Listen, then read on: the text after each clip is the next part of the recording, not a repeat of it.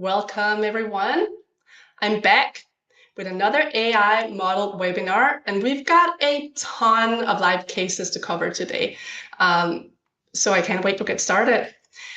Just a tiny bit of admin. We've got a chat over here on the right-hand side of your screen, and this is where you're going to tell me, when we look at all the imagery today, whether the AI model is real or if it's AI. No, not the AI model, whether the model is a real model or an AI model. It's also where you can drop all your questions. We'll try to get back and answer all those questions by the end of this webinar. If you haven't met me before, maybe you attended one of our previous webinars, maybe you've met me at a Flow event. If not, my name is Katrine. I'm the CMO here with Pixelz. But don't worry, it's not just going to be me today. I've got one guest joining me, Kevin Boutwell. Please join me on stage. And if you don't know Kevin, I encourage you to get to know Kevin because he's pretty awesome. Two things you need to know about Kevin. First one, maybe the most important one, Kevin really loves tacos. Like really loves tacos. I think we all do, right? But I mean, Kevin's got a very special love for tacos. That's a heck of an introduction. Second thing you need to know, Kevin is one of my favorite colleagues. He is our director of onboarding here with Pixelz. So pro tip, if you want to get to know Kevin, and I think we all do, all you need to do is become a Pixelz client because he'll probably be part of that onboarding team. Thank you for the great introduction, and I love the taco call out. It's great to be here with you, Katrine. I think this is going to be a super fun one. It's going to be a fun one. But Kevin, I think we talked enough about tacos for this webinar. So let's talk about AI models in the wild.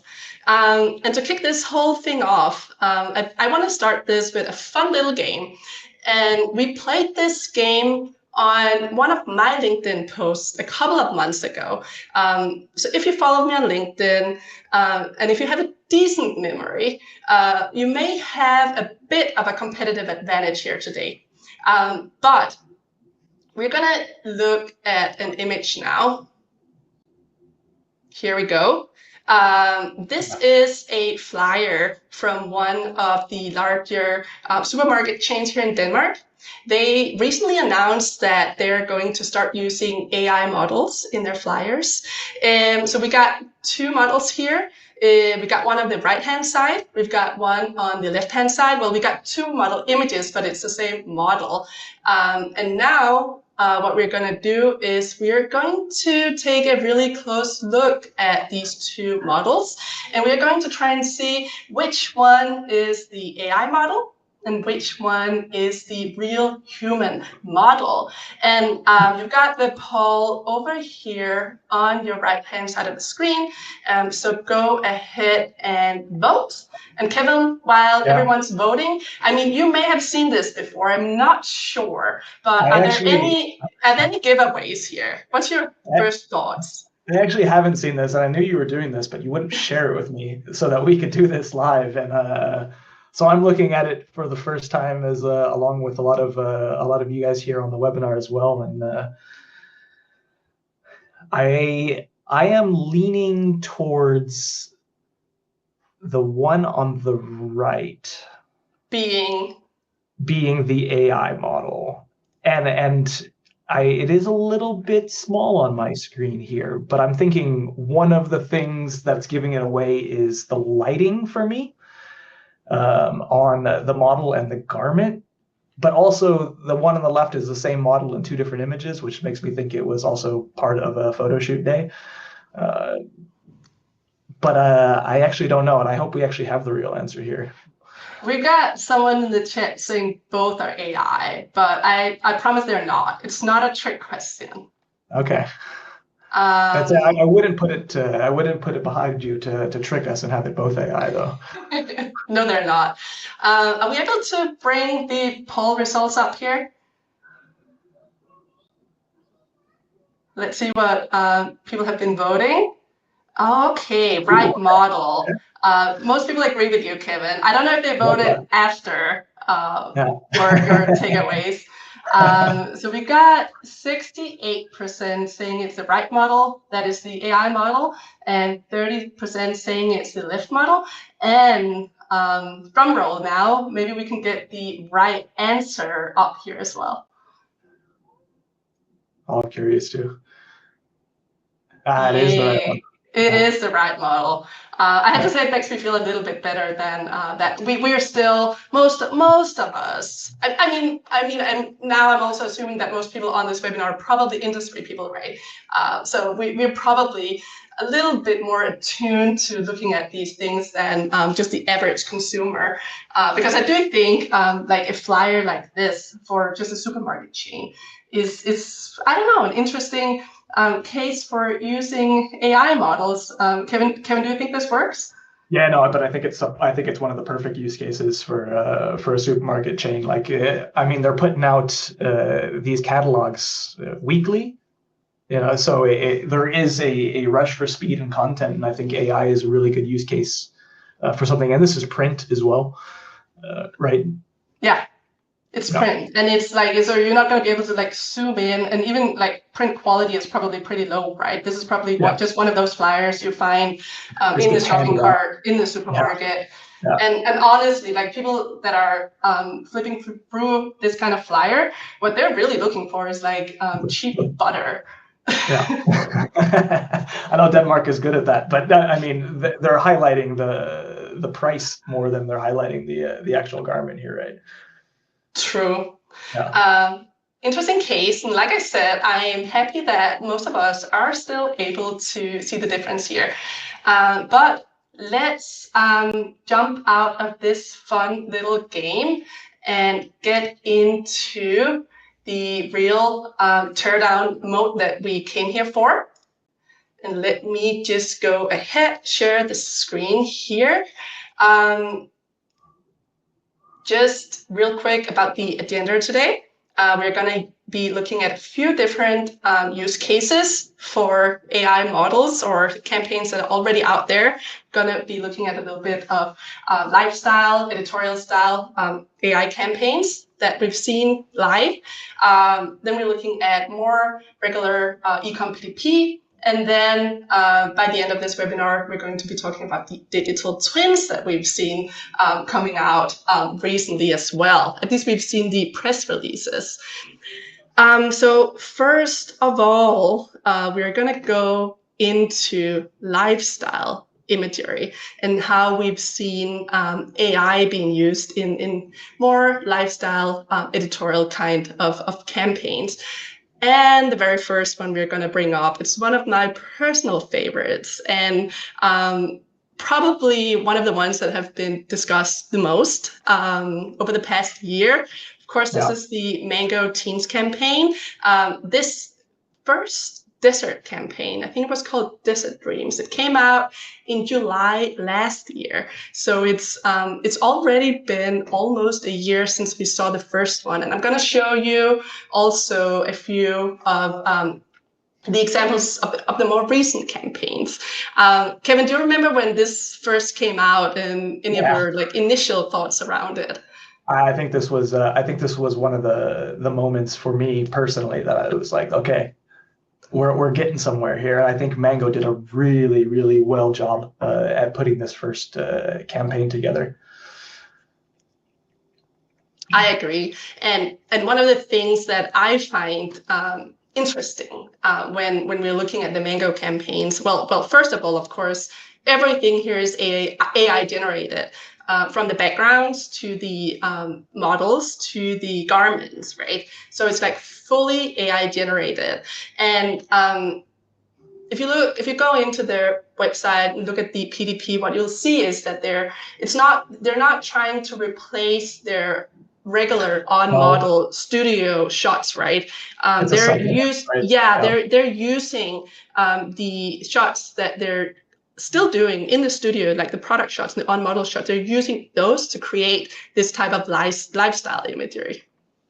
Yeah, and I think when you have a little bit of that where it's you have a backdrop of the actual studio imagery of the garment. It really helps in the production process when you're developing these supplemental lifestyle imageries to have something to lean back on when it comes to things like fit. That's a little bit maybe harder to communicate with just a pure AI model. Very true. And I think for something like this, right, where it's set in the desert, it makes a ton of sense, right? Because like trying to bring like the entire crew out into the desert to do this shot, I mean, that's a bit of an undertaking. But then the next one here, I have to say personally, this surprised me a little bit because now this is like, if you will, it's like shot in the dance studio, right? Yeah. For me, it's like one of those things where why didn't they just shoot it? Why didn't they just find a studio and shoot this? It's not that complicated, right? No, of course not. But I think, and I don't want to speak for them, but I think that this is something that they're really targeting, and I think this is part of that creative evolution, right? Of going from a desert scene to recreating an everyday scene that someone can be in, but iterating and growing on that creativity of integrating a model within an environment. And I think something like a studio environment is maybe more of a forgiving environment to integrate an AI model into, and I think it's part of that learning process that they've gone through to get these images. So maybe it's not just about the cost of bringing like the whole crew on set into the desert. Maybe it's also about showcasing how far they've come with the technology, and maybe it's not just about cost cutting, right? No, I don't. I absolutely don't think so. I think this is actually a strategic direction that they're going in creating this type of imagery, and I think it's something that they should be proud of these imagery, and I think it's been really cool to see. I think we have one more to show here as well, and it's really cool to see the evolution. Yeah, here we go. And I think this is their latest teen campaign, and it's been really cool to see the evolution between the Sunset Dream and this latest one. These ones, again, all AI from the model to the garment to the backdrop, right? And they've done a really good job of telling a story and putting a model in a scene here that I think is a huge jump from their previous outdoor, the Sunset Dream. I agree, and I think personally for me, one of the things that has where I don't know how to explain it, but you know that like AI dead stare that you sometimes get from AI created models, right? I felt that a lot more in the first one, in this one, and now I'm looking at the latest one, and honestly, the models, they just feel more relatable, more human, more real. You could connect with it, and I said it, and I think that's a distinction, but there is a connection there that you would get that you don't necessarily get from those first campaigns. I agree. Just moving on here, because one thing that Mango, they do, and they do it every single time, they're being super transparent, right? They're labeling the fact that this is AI, and that's a thing, right? Yeah. And I think this screenshot also shows too, right? This is also showing the model in a studio as well. So I think in the pre-production stages of building out one of these AI campaigns is they're getting models in a studio right here, so that they can get an idea of how the garment fits a model. And when they're designing these AI models, I'm sure that they're designing them in a very similar way to the models that they photographed in the studio, so that they can get similar fits. And then just to touch on it, putting that disclosure in the bottom right corner, I think it's a level of transparency that's super great to see. But I actually think what I mentioned earlier is that it's not a requirement, right? So they're also, I think, proud to disclose that these were made with AI and the process that they've gone through here, and I think that they rightfully should be. Agreed. Moving on to the next campaign we're seeing here, we got a scorpion here. Interestingly, we've got another desert scene here. Yeah. What do you think that's about? Yeah, I'm not quite sure. Maybe deserts are it's a hard place to get a crew to. where you don't have footprints in the sand everywhere. So I mean, it could be one of these creative, aspirational experimentation things that the brand has always wanted to do, but potentially has been prohibited by logistics or cost. But what they're not doing, they're not labeling anything here. But they are, on the other hand, they're talking about they're creating this through AI, right? But they're also not saying what is AI. Is it just the backgrounds here, or is it like the full thing, like the garments, the model? What do you think? I mean, from looking at them on my screen, I think that this again is an entire AI scene. The background is definitely AI, and right. I mean, coming from a photography background, shooting into a sun like that, even if it's a little bit of a setting sun, is a tricky situation to do, and AI, of course, can handle that definitely a bit better. And then when it comes to the model again, I also think the lighting is a bit off for what I would say a traditional photographic way of capturing a scene like this would look.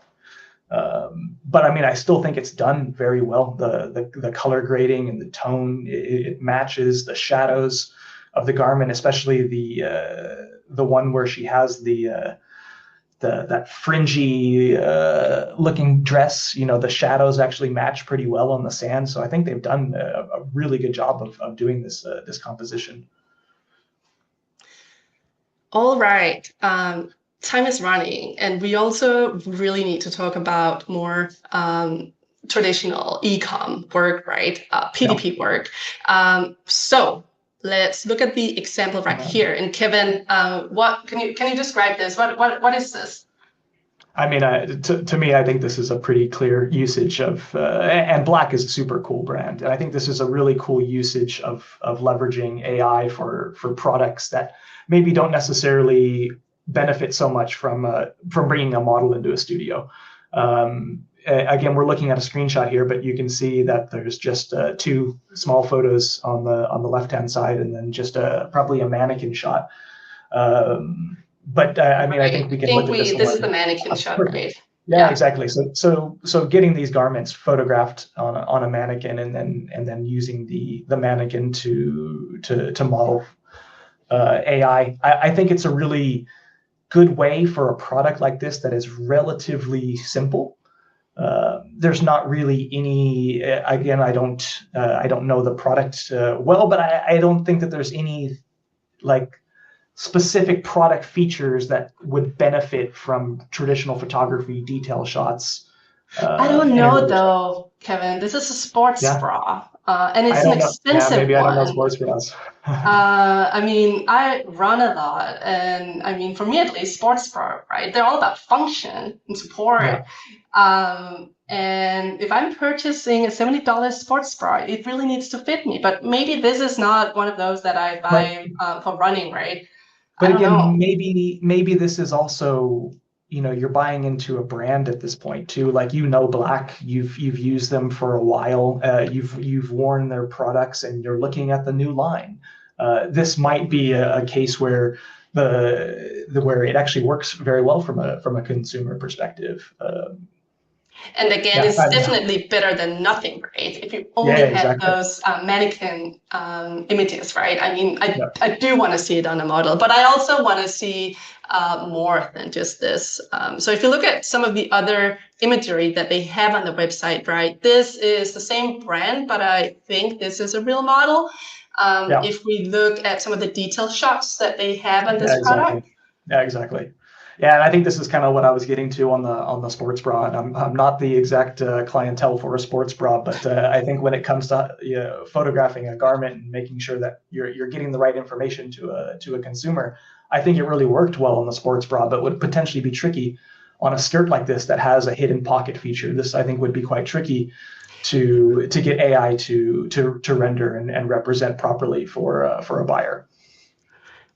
And then this one, right? I want to say, I mean, just want to highlight, we don't know whether this is AI or not, but I think it is. Do you agree? Yeah, I also would agree that I think this is AI as well. Of course, it's just a jacket, and we're seeing the shirt. in between. To me, the lighting is a little bit off, but I think it's overall well done. And again, this is probably a simple product where it makes sense to easily just do a mannequin to an AI model composition. And here's just a comparison of one of the other jackets they have on the website, where they have more imagery, right? And this doesn't look like in an AI model right here. No, and I actually think I've been leaning a little bit towards, in the particular case of black here, is just looking at all the other images on the PDP. Like, I think it's clear. We looked at that skirt, right, and you could see that there were several actually accompanying images. But when we're looking at the sports bra or the jacket, we're just seeing a single or maybe two images in order to represent that product. And moving on to the next brand here, because this for me is a really fun example. We've got Sheep Inc. They've got some imagery that it really stands out to me. And they talk about how they're using AI and Midjourney specifically when they're creating content. And I think this is a fun example, right? Because no sheep were disturbed while creating this campaign. And I think, I mean, if you're trying to shoot, if you ever shot animals, right, you know how tricky that can be. And like try to get the sheep to line up behind the model, right? Like impossible. That, right? Yeah, then I'm sure like creating that image with AI is probably a little bit easier, but they don't just do it for campaign work, right? They also, I think, again, disclaimer, we don't know whether this imagery is actually AI or not. But Kevin, what do we think? Yeah, I mean, I think we don't know, but I think we think that these are of course AI as well. And I actually think they've done a really good job of taking kind of we looked at the case from Black, right? And they were, the AI generated models on a simple, clean background. And Sheep here, I think, has gotten a little bit more creative with that AI aesthetic and kind of leaned into it, like acknowledging the fact that there is still a little bit of this uncanny valley, right? Where we can tell, but we can't tell, but we can kind of tell. And maybe kind of leaning into that and showcasing it in the backgrounds, or with Midjourney, and doing some creative composites to almost highlight that fact. Yeah, exactly. And the same goes for these, right? They're really leaning into the AI aesthetic, whether these are real models or not. I mean, they're making them look like AI, which is interesting. It's an interesting choice. It's a vibe. Yeah, exactly. Like, if we didn't know this could be a use case where these models were actually photographed in a studio, but they've used AI backgrounds to bring some type of creativity to their PDP pages. Or this could be two different AIs. It could be the AI with the model on a clean background, and then another AI where they've generated the backgrounds and then done some compositing together. I could imagine that the creative teams are just having a blast over there at Sheep right now, really being able to kind of flex their creativity and really kind of lean into this whole AI aesthetic. And here are just a few examples of some of the with white backgrounds. Yeah. I mean, for me, when I don't have anything else to look at other than just the model, I think that if one of these ones had one of those creative Midjourney or whatever backgrounds behind them, I think I would have 100% acknowledged that it was AI and thought it was really, really interesting. But I think when we're just looking at it on a white background, I think it highlights it a little bit more, personally, for me. I don't know if it makes it stand out more for you. Yeah, it's interesting. I'm looking at these and I'm like, I mean, also because we're talking about AI, right? And they're talking about AI. It's like they definitely look like they're AI. And I love that they're leaning into the AI aesthetic. Whereas a lot of the stuff that we're seeing from Mango, right, I think they're really attempting to be much more photorealistic, which is a completely different vibe. But I'm enjoying this as well. But talking about more like PDP work, I think one of the things that we found preparing for this webinar today was that it's actually pretty hard to find ecom websites out there that are, I mean, there's plenty of campaign work, there's plenty of lifestyle work that's AI generated, right? But like trying to find like high volume ecom cases where they're actually using AI models or AI generated content on the PDP, on the regular on model images, product images, it's hard to find. It is. Kevin, why? I mean, if from my perspective, I think it is an operational challenge. I think anybody can take, an image from their studio that they're shooting on a day-to-day basis anyway, and then have some team that run it through some AI and get some cool results out of it. But how do you do that for every product all day at scale? And I think that is going to be the trickiest part for brands to be able to implement this across an entire PDP, is to be able to find a way to do it at scale, right? Right. And I think we discussed this in a few webinars before as well. It's like also, I mean, even if the tech is here, you run it through whatever tool you're using, the result that comes out, it's usually not PDP ready, right? You usually always have to do a little bit of retouching, editing, whatever, at least color correcting. So it's not, at this point, even though tech is here, the tools are here, it's still not just plug and play. No, and I can already see in the chat, right? Marcos is saying consistency is a challenge, and of course, consistency is a challenge, and you need to have a lot of different backstops in place to make sure that this is PDP ready. That hybrid approach, so to speak. Yeah. If you want to learn more about the hybrid approach, I think we know a few people here at Pixelz that can help you out with that. Yeah. But let's move on from the ecom PDP examples that we have here.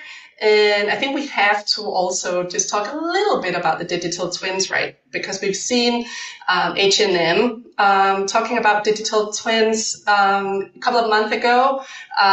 There was a press release. It was, I don't know if they were expecting any backlash or not, but at least there was a bit of controversy around this, Kevin. What was the general perception here? Yeah, I mean, they must have expected it, right? Like, they're not the first brand that have done some of this before. We've seen it from other large brands, so they must have been expecting it to a degree. And I think that this has been met with some controversy, but it's also been met with a little bit of praise, depending on which side I think you're looking at this from.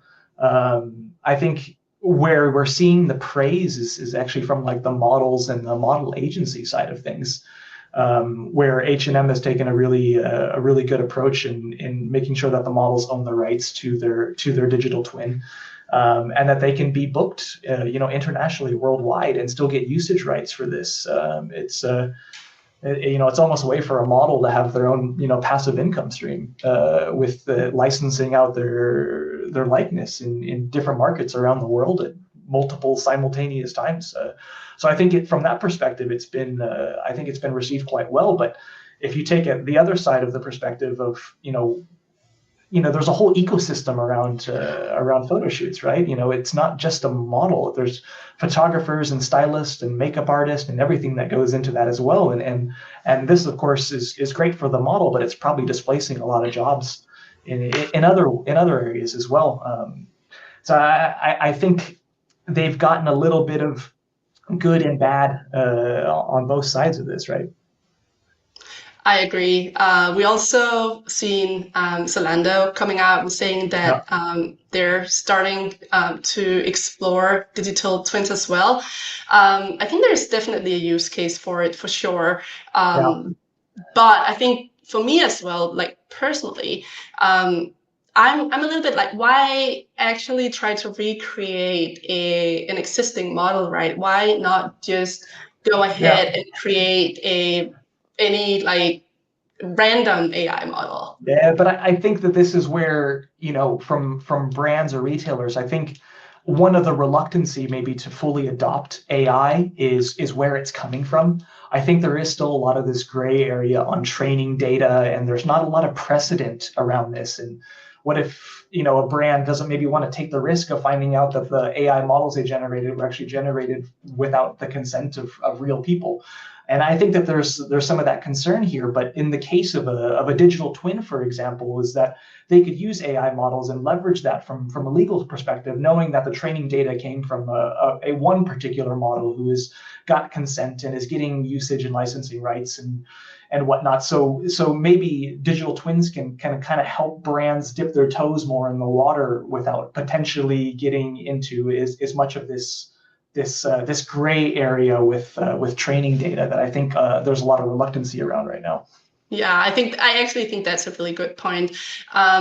And I just noticed Mateo's here in the chat. He was asking, has H&M released any of this? And I think that's a really interesting point. I think because I feel like right now for some of these larger brands, some of these press releases are more marketing. They're more about marketing. They're more about talking about AI than they're about actual content production, right? And putting it out there. Because no, I haven't seen any of this out there, but maybe it's already out there and we just don't know it. We don't know. H&M said that they did this with 30 models, right? And I don't think we've seen 30 models worth of press releases at this point. So maybe we don't know. Maybe it is out there. We don't know. Maybe it's out there. Maybe it's just so well done that there's no way for us to actually know that they're doing this already. Yeah. All right. And that actually brings us to the end of this very presentation. And I can also see that we are out of time. But just want to say thank you to everyone who has attended this webinar today. We will stay on for a couple of more minutes and try to see if there are any questions that we should be getting to. But if you need to jump now, thank you so much for having attended. And we will be sending out the full recording so you can go back and watch the question section if you want to at a later point. Let's jump over here in the Q&A and see if I have anything in here. I do have one here. Are the AI generated images you have shown today retouched or in your opinion, and why do you think so? I mean, I think yes and no. I definitely think some of the lifestyle and the campaign images and maybe some of the sheep images, those background and composites have definitely seen some retouchers. Maybe some of the simple ones from Black did not. But I think it actually makes sense to have some type of backstop to catch things. If they haven't been retouched, they've at least been looked at from a creative standpoint to make sure that they actually look realistic and accurate, or as much as the brand needs it to. I think one of the things that we're almost always seeing, and Kevin, correct me if I'm wrong here, but it's color, right? Color correction and consistency among multiple views. I think that's consistency. I saw pop up in the chat a couple times, right? And that's I think why in a lot of these PDP images you're only seeing one or two views. You're never seeing back shots. You're never really seeing detail shots. I think it struggles with consistency over a range of imagery. Very true, and that is a great segue into the next question that I have here. It's like, how can you ensure the fit of the garment on an AI model? Yeah, I think ensure is a tricky word to say. I don't think you can ensure it. I like the approach that Mango has done of actually shooting it on a model in a studio, because I think that gives you a really good reference for fit when it comes to generating these lifestyle assets. But I would imagine that the tech eventually will get to the point where that when you're getting an AI model that an AI model will come with sizes. Just like you would do in casting when you're casting a model and you have a certain sample size. I would imagine that AI models are going to come with measurements actually, and making sure that the garment also has accompanying measurements to try to get that fit as accurate as possible. I would imagine that could be an evolution that we see here in the future. But I mean, it's funny, right? Because when we talk about AI and AI in fashion, we spend so much time talking about the AI model, and whether we can tell whether it's a real model or an AI model, and does she have 6 fingers, or what are the signs, right? But if you look at this from a ecom perspective, right? If we don't get the garments right, if we don't get the size and fit right, if we don't get the patterns, the colors, all of that right, that's the one thing that actually matters, because then we're going to see return rates skyrocket. And I mean, that's not what we're doing, right? That's not what we're doing this for. No, you're not saving cost to just see return rates skyrocket, right? No. Oh. So that, I think that's actually the real challenge, and maybe it's not about the model, but about size and fit. Yeah, exactly. All right, we got one more here. Well, I don't know if you noticed, but on some, at least on the mango imagery, right? It has that added grain on some of the imagery. So one of the questions I've got here is, do you think the grain that we see commonly in these images, do you think that's like an aesthetic choice? Is it for vibe? Or do you think it's like more for function? Maybe we're like trying to hide that the quality of the AI imagery is not as great? Or, I mean, it's a consideration, right? I mean, grain can be a vibe, right? I mean, film, emulating film is a big thing to do with digital, especially when you're trying to match, digital images shot in a studio to campaign images, that were shot with film. You might add grain to the studio images in order to equalize that. But also from a retouching standpoint is, if anyone's ever retouched before, a good way to hide mistakes is to add grain. I actually don't think that that's the case in these mango ones. I think that the grain is more of a creative choice than a way to hide a mistake. They could have potentially struggled with skin, like smooth, that's something we see as skin is too perfect, and grain actually lets it have a little bit more realism into it. So my gut is that it was a creative choice, and I think that is I think that's what I would have done as well. Any other, now we're on the subject, any other like telltale signs that this is AI, this is an AI model? I mean, we see it in the skin. For me, I'm not guessing it correct every time, but I think skin gives it away and lighting gives it away, especially in lifestyle scenes, making sure that the lighting is actually matching what, real light would do. But again, I'm looking at it maybe from a more analytical eye than the typical consumer would look at it. So I think the giveaways that I'm looking for potentially would not even cross the mind for the average consumer browsing a PDP page. Or shopping for butter. Or shopping for butter. I think we've got one last question here, and I unfortunately also think I know the answer to this question already. The question is, do we have any numbers on return rates with AI generated images? I don't. Nope. No. We don't have any numbers, but that's a really interesting question. And if we ever get any numbers from someone, and if we're ever able to share any numbers, trust us, we will be sharing that. But we've actually got one more question here. Should we just go for it? Creativity in fashion is kind of under the pressure of financial results. Do you think the pressure to AI models will diminish vibrant, true creativity in fashion? Ooh, this is a big one. Oh, that's a tricky one. I think we're at a point right now where I think a lot of the drive is for cost cutting, but I think that this is also not cheap to do, at least at this point right now. I would imagine, and I keep coming back to the Mango campaign, but I would imagine that there's been quite a lot of production related cost in order to get it to the stage that they've gotten. Oh yeah, absolutely. It's more like you're shifting cost centers from one to another, right? And eventually maybe it will get to the point where things get cheaper, but I could also imagine with the digital twins side of things is that there might be cost savings in not having a full production, but legislation might say that models need to be compensated more for this as well. So I think I think a lot of companies are going into this with the goal of saving money. I think a lot of them are going into the goal to increase creativity. And have more freedom, like to get off of that leash of not being able to have the budget to travel to a destination with a full team.